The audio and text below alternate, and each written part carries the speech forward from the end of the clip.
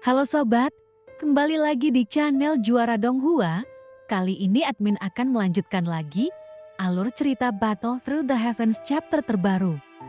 Oke, tanpa berlama-lama langsung saja kita gas ke alurnya. Seoyan pun kini melihat sekeliling dan meski jaraknya berjauhan, tetapi ia masih bisa melihat melalui kehampaan bahwa yang datang adalah 7 atau 8 binatang buas yang sangat besar. Sekilas Sioyan bisa mengetahui bahwa itu milik Taiksu, karena juga tidak terkecuali binatang buas ini, semuanya telah diubah oleh Taiksu. Di punggung binatang buas ini, ada sosok gelap berdiri di sana. Nampaknya Taiksu kemanapun mereka pergi. Meski jumlahnya banyak, namun hanya sedikit pemimpin yang mempunyai jiwa. Ini menjelaskan bahwa yang benar-benar memiliki jiwa, hanya ada sedikit orang Taiksu yang merupakan manusia hidup. Totalnya ibarat hanya ada seperti 5 nafas jiwa. Sioyan pun bergumam, Taiksu benar-benar ingin mengalahkan Shenxi dengan tubuh ini, itu adalah mimpi yang bodoh. Sioyan pun lalu mengangkat kepalanya, lalu bentuk tubuhnya telah berubah menjadi seberkas api dan langsung menuju ke langit. Ia kembali berkata, apa itu? Apakah pengurus di planet ini? Itu cukup masuk akal. Karena nampak para dewa Taiksu yang datang menyambut mereka dengan sebutan komandan, mereka bergerak sangat cepat. Dan mereka tidak punya niat untuk berhenti, komandan semakin dekat, cepat hentikan dia. Suara itu pun terdengar. Namun tidak sampai menunggu reaksi mereka, api menyala dengan kecepatan kilat dan datang menghampiri. Ledakan keras pun terjadi. Ini adalah buaya dewa Taiksu, dan api menembus seketika. Lalu membuat semuanya meledak. Kini terlihat, api bermekaran di atas bintang-bintang, cepat melawan.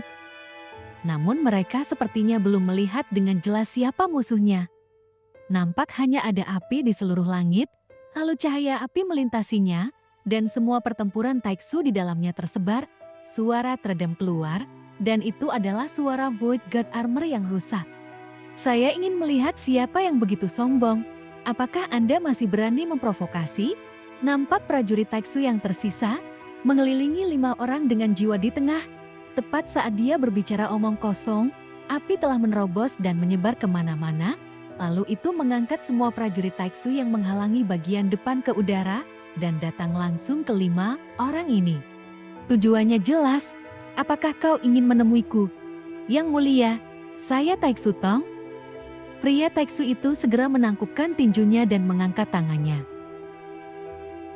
Tetapi ketika kata-katanya belum selesai, tubuhnya langsung roboh dan berubah menjadi kabut darah. Kemudian sesosok muncul di depannya, lalu membuka mulutnya untuk menelan semua kabut darah. Mundur, cepat mundur. Terlihat ada sesuatu yang salah, namun sudah terlambat, dan kekuatan 5 orang adalah langkah ketiga dari keabadian Kaisar. Diberkati oleh Void God Armor, dan bersama dengan para pejuang Taiksu ini, orang kuat di langkah kelima pun pasti akan takut. Kemudian terlihat, di sebelah Sioyan adalah tiruan dari Jin Chan. Ia menjilati bibirnya, kulitnya berwarna putih, dan saat bertransformasi menjadi wujud manusia. Ia memiliki aura yang agak terpelajar. Yang orang lain tidak tahu adalah pria ini terlihat selembut batu, jiok. Tetapi sebenarnya dia bisa memakan orang. Bagus, kekuatannya sebenarnya telah ditingkatkan ke langkah ke-8. Lalu Sioyan pun memandang klon Jin Chan di sebelahnya dengan heran. Setelah melahap 5 orang ini, kekuatan klon Jin Chan telah ditingkatkan ke langkah ke-8. Ini mengejutkan Sioyan, dan ia lalu hanya memutuskan untuk mencari-cari. Ada batu giok tersembunyi di sampingnya. Selama dia tidak menemukan keabadian Tuhan tingkat ketiga atau lebih tinggi, dia bahkan seharusnya tidak dapat menemukan. Jika klon itu bisa menelan lebih banyak, mari kita lihat apakah kita bisa meningkatkan kekuatan klon Jin Chan ke tingkat keabadian. Setelah Sioyan memusnahkan semua Taiksu ini, nampak ada sebuah gerakan tubuh, lalu ia menghilang kembali. Ia pun bergumam, mengapa mereka semua seperti ini? Tidak ada yang memimpin, dan bahkan membiarkan mereka bertahan hidup. Sioyan sebenarnya lebih suka memusnahkan semua manusia di bintang daripada memurnikan jiwa orang yang tidak bersalah untuk dikorbankan kepada Taiksu. Segera, Sioyan Pup mencapai alam nyata. Dunia ini tidak kecil, itu juga memiliki 2 daratan dan 3 lautan. Dan ada makhluk yang tak terhitung jumlahnya telah dikandung. Namun hal itu juga telah ditekan, dan praktisi di dunia ini menangkap semua manusia bersama-sama, lalu disiksa sampai mati untuk mendapatkan jiwa yang dirugikan. Untuk kali ini, Xiaoyan tidak membunuh mereka lagi, namun bukan karena Xiaoyan baik hati, tetapi Xianxi membutuhkan kekuatan tempur sekarang. Mungkin mereka lemah, namun jika ada kekuatan untuk bersatu, ini juga akan menjadi sebuah kekuatan besar. Yang harus dilakukan Xiaoyan adalah menghentikan mereka, lalu hancurkan batu giok hitam, dan menghubungi Taixu untuk datang. Tapi Dewa Taixu sangat kuat, dan mungkin setelah itu tiba, jumlahnya ada puluhan ribu. Namun sulit untuk menolak kenyataan bahwa pemimpin dunia ini adalah seorang lelaki tua. Dia memiliki wajah yang damai, tetapi dia harus mematuhi Taixu dengan memurnikan jiwa yang salah. Kamu tidak perlu mengambil tindakan. Xiaoyan pun acuh tak acuh. Orang tua itu menuruti Xiaoyan dan menghancurkan selip batu giok hitam itu. Tidak lama kemudian, seperti apa yang diharapkan Xiaoyan sebelumnya, sekelompok Taixu menunggangi binatang buas yang mereka ubah, datang dengan cepat dari kehampaan. Kalian orang-orang Shenxi, apakah kamu yakin? Xiaoyan menjawab. Taixu bukannya tak terkalahkan, mata Xiaoyan pun menyipit. Tubuhnya berubah menjadi pelangi, lalu bergegas menuju kehampaan. Dan kalimat barusan, nampaknya telah menyentuh hati semua orang yang hadir seperti guntur. Tidak semua orang berhati keras, tidak semua pengkhianat, mereka hanya berusaha untuk bertahan hidup sebagai upaya terakhir. Bagaimana mungkin mereka tidak mau melawan? Lalu bagaimana saya bisa tega membunuh makhluk hidup tanpa pandang bulu? Melindungi dunia yang fana, itu harus menjadi tugas setiap orang terkuat, karena jika tidak, bagaimana bisa ada keturunan? Kali ini hanya 3 orang berjiwa yang muncul, namun ada seseorang yang kekuatannya telah mencapai langkah ke-7 keabadian Kaisar. Namun menghadapi Xiaoyan di langkah ke-9 dan kekuatan fisik yang kuat, mereka tidak bisa menjadi lawan Xiaoyan. Dalam sekejap, itu semua lenyap. Semua prajurit Taixu ada di mata semua orang terlihai seolah-olah semuanya melebur ke dalam nyala api. Bagus, kita telah mencapai langkah 9 dengan sangat cepat.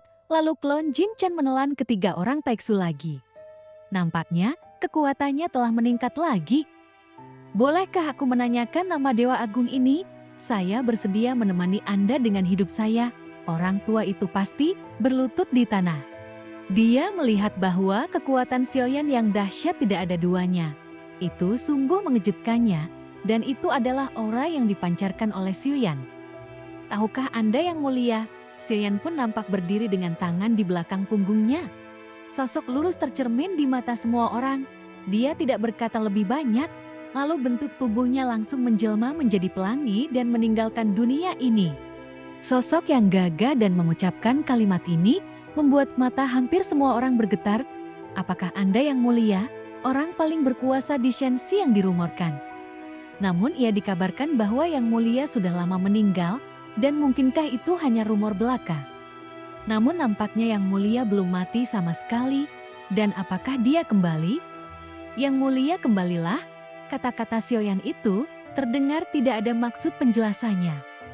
Tapi tidak diragukan lagi, hal itu memberi setiap orang keyakinan yang kuat untuk menenangkan para dewa dan membiarkan mereka melihat harapan. Kekuatan Xiaoyan saat ini tidak cukup kuat, jadi ia belum mampu menyandang gelar yang mulia. Tapi kenapa kamu berbicara seperti ini? Anda tidak sedang berpura-pura, bukan? Tapi itulah satu-satunya cara. Dan hanya dengan begitu orang-orang kuat di Shenxi dapat memiliki keyakinan daripada rasa putus asa. Bintang-bintang di langit ini terlihat di permukaan. Tampaknya tidak dijarah. Tapi sebenarnya, semua telah diperbudak oleh Taixu untuk menciptakan ketidakadilan baginya. Tidak ada penjarahan karena mereka sudah memiliki sumber daya yang cukup. Sekarang sesuatu yang lain perlu diproduksi, jadi perlu mengubah arah. Memperbaiki jiwa musuh adalah hal terbaik berikutnya. Jika membunuh semua manusia dan memotong keturunannya, ini sama saja dengan memutus vitalitas Shenxi.